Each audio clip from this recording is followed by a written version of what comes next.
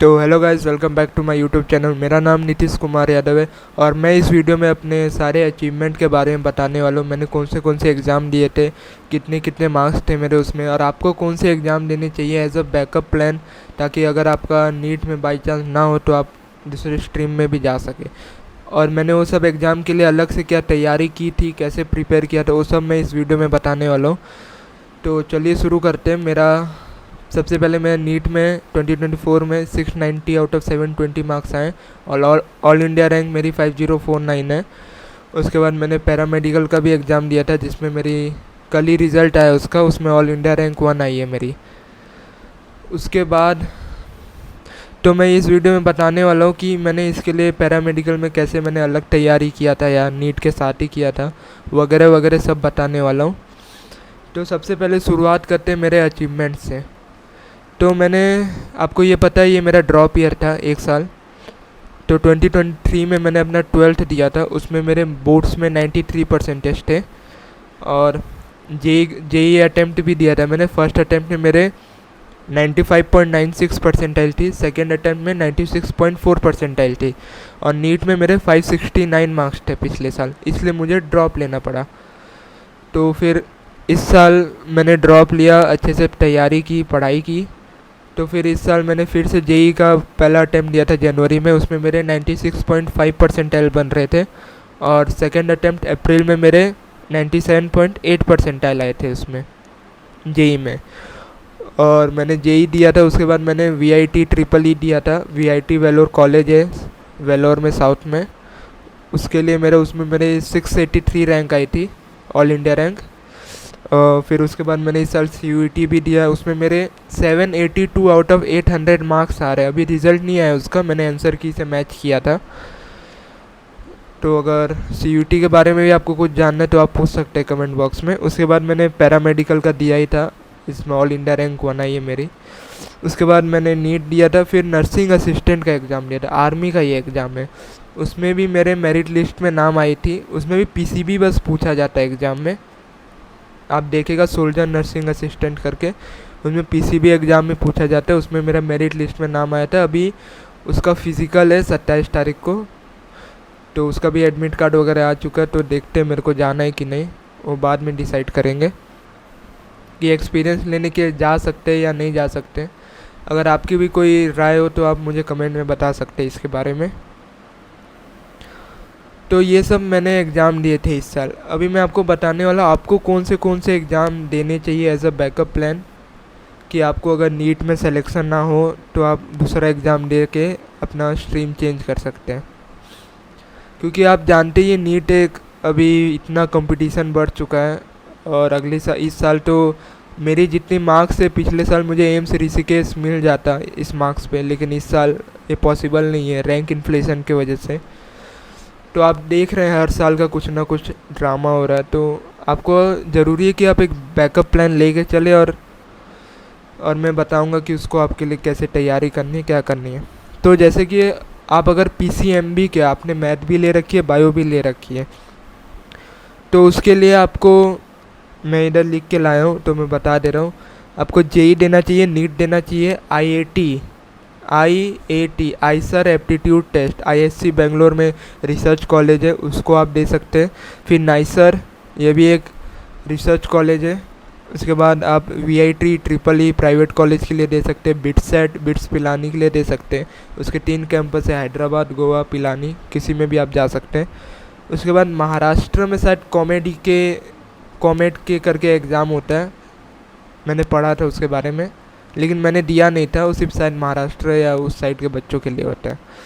उसके बाद आप CUET ज़रूर दें, CUET से भी आप BTech में जा सकते हैं। उसके बाद पैरामेडिकल देना ही है आपको। फिर आप नर्सिंग असिस्टेंट का भी दे सकते हैं, जैसे मैंने बताया, उसमें भी आपको PCB या PCM, आपका जो भी स्ट्रीम है वो पूछा जाएगा। और उससे अगर आपको आर्मी का शौक़ है तो आप आर्मी में जा सकते हैं। उसके बाद एक होता है NFSU फॉरेंसिक, ये भी एक कॉलेज है गुजरात में, उसका अलग एंट्रेंस होता है, नीट के बाद होता है। तो मैंने दिया नहीं था, लेकिन आप दे सकते हैं इसको अगर आपको फॉरेंसिक में ज़्यादा ये है, इंटरेस्ट है तो।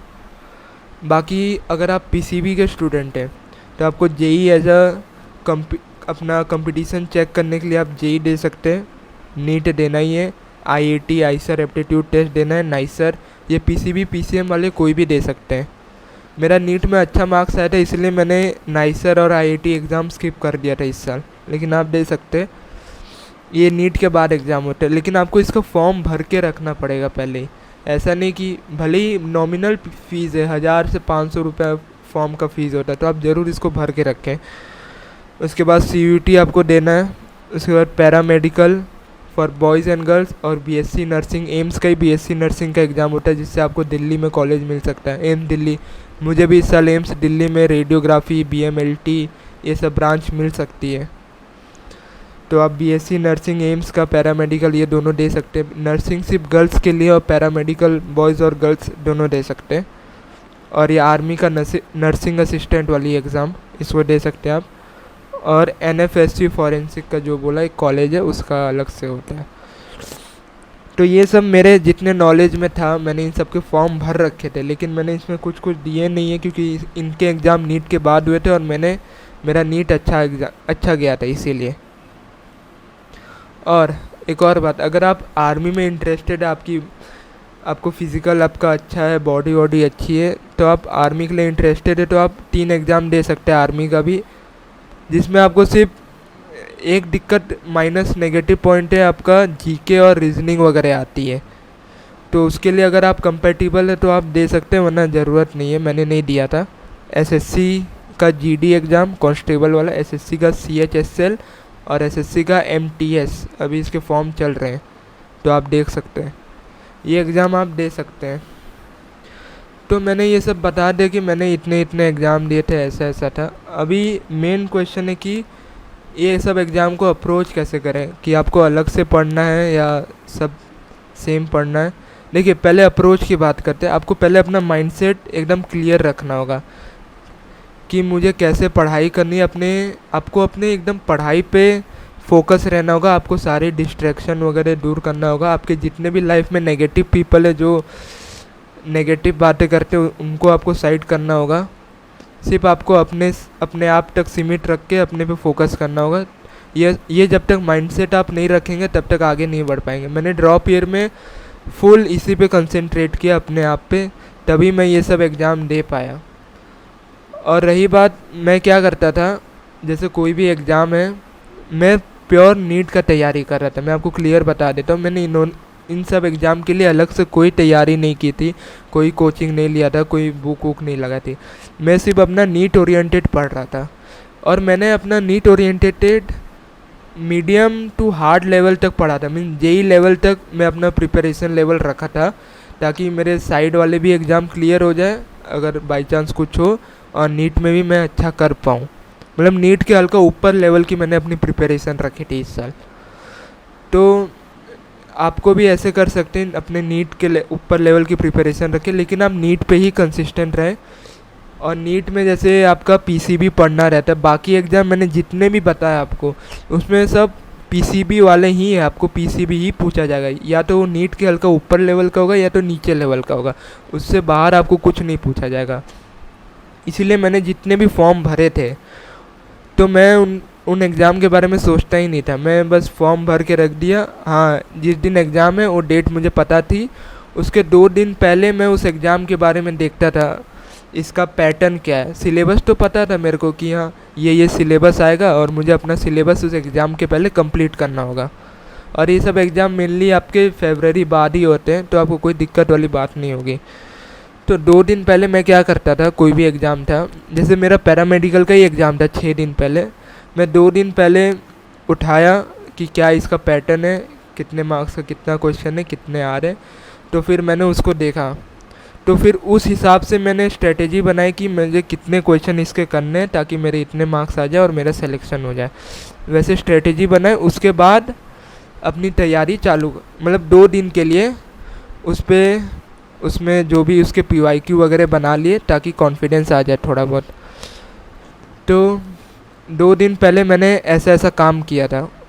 पैरामेडिकल के भी एग्ज़ाम के पहले, नीट के बाद मैंने बिल्कुल नहीं पढ़ा था, तो पैरामेडिकल के एग्ज़ाम के 2 दिन पहले मैंने सिर्फ उसके PYQ बना के गया था। मैं विजय सर का चैनल है यूट्यूब पे, वहाँ उसके PYQ अवेलेबल थे, तो मैं उसको बना के गया था। उसके बाद मैं सिर्फ एग्ज़ाम देने गया, मेरा एग्ज़ाम इतना अच्छा गया आप सोच नहीं सकते, आपके मार्क्स आपके सामने ही है। मतलब मेरा वो माइंडसेट था कि अच्छा ये इतने क्वेश्चन है, इतने मुझे अटैम्प्ट करने, बाकी पढ़ा हुआ तो मेरा सब था ही।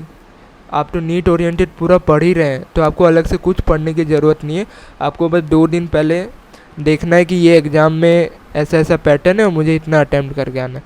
तो मैं सब एग्ज़ाम के लिए यही पैटर्न फॉलो करता था। जेई के लिए भी मैं फिज़िक्स केमिस्ट्री के 2 दिन पहले देख लिया कि अच्छा इतने क्वेश्चन है, इतने न्यूमेरिकल बेस है, इंटीजर टाइप है, ऐसे ऐसे करना है मेरे को, ताकि मेरा अच्छे से अच्छे परसेंटाइल आ जाए। आपको बस यही फॉलो करना है, बाकी आप एकदम नीट पे कंसिस्टेंट रहे, आपको कहीं और एग्ज़ाम पे उतना ध्यान देना ही नहीं है।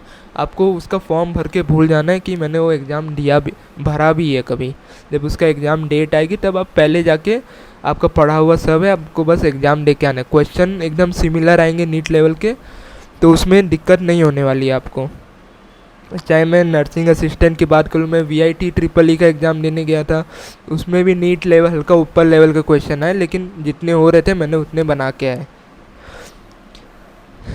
तो यही मैं आप इस वीडियो से बताना चाहता हूँ। ये वीडियो को ज़्यादा लंबा नहीं खींचूँगा, मेरा बस आपको यही मैसेज है कि आप जो भी चीज़ का तैयारी करें, जेई का करें, नीट का करें, आप पहले उस पर फोकस रहे, आप उस पर उसका रिवीजन वगैरह करें। बाकी मैंने जितने भी रिवीजन की स्ट्रेटेजी वगैरह है मैंने पिछले वीडियो में बता रखी है, बहुत सारी वीडियो मैंने बनाई है, आप चैनल पे देख सकते हैं। तो आप उस पर पहले ओरिएंटेड रहिए, और आपने जितने भी फॉर्म भरे हैं वो सब आप बाद के लिए छोड़ रहे। जिस महीने में एग्ज़ाम आएगा उस वक्त उसके बारे में सोचिएगा क्या है क्या नहीं है। बाकी आप अपना नीट या जेई का पढ़ाई एकदम कंसिस्टेंट रखें और कुछ मत सोचिए। उसका आप अच्छे से रिवीजन करिए, टेस्ट दीजिए। और नीट के टेस्ट तो भाई अच्छे लेवल, मॉक टेस्ट अच्छे लेवल के आते हैं LN वगैरह के, तो आप उसको दीजिए, आपका प्रिपरेशन लेवल आराम से अच्छा हो जाएगा। तो उसके लिए आपको सोचना नहीं है ज़्यादा। तो यही बोलना चाहूँगा मैं, आप बस कंसिस्टेंट रहे पढ़ाई में, और जब एग्ज़ाम आएगा उसके 2 दिन पहले जैसे मैंने बताया आप अपना स्ट्रेटेजी बना लें और जाके आराम से एग्ज़ाम दे के आइए, और अच्छे से देने की कोशिश करेगा, ताकि अगर बाय चांस अगले साल कुछ नीट में फिर से कुछ, खुदा ना करे ऐसा हो, लेकिन कुछ भी ऐसा होगा तो आपके पास एक बैकअप प्लान रहेगा। जैसे मैंने री नीट का जो बहुत लोग पूछ रहे थे, मैं उनको इसीलिए जवाब नहीं दे रहा था क्योंकि मेरे पास पहले से ये पैरामेडिकल का प्लान था कि हाँ मैं इसको अच्छा करके आऊँगा, अगर बाई चांस री नीट हुआ तो मुझे इधर एम्स दिल्ली का आराम से ब्रांच मिल जाएगा, रेडियोग्राफी लैब टेक्नीशियन वाली ब्रांच एम्स दिल्ली में। तो इसीलिए मैं उनको जवाब नहीं दे रहा था। ऐसे ही आप अपने प्लान जो एकदम अपने तक सीमित रखें, किसी को मत बताएं और आगे बढ़ते रहें, आपका ज़रूर होगा। और अपने बैकअप प्लान को अच्छे से एग्ज़ाम दे उसका, ताकि कुछ हो तो आप दूसरे स्ट्रीम में आके आराम से एग्ज़ाम दे पाएँ और बैकअप प्लान में आप दूसरे स्ट्रीम में जा सके। तो चलिए देखते हैं, अगर आप जितने भी मैंने एग्ज़ाम बताया आप 2 बार वीडियो देख सकते हैं, तो आप देख लीजिएगा। और आपके कोई भी डाउट होगा एग्ज़ाम के रिगार्डिंग आप मुझे कमेंट बॉक्स में पूछ सकते हैं। तो चलिए वीडियो को यहीं तक रखते हैं।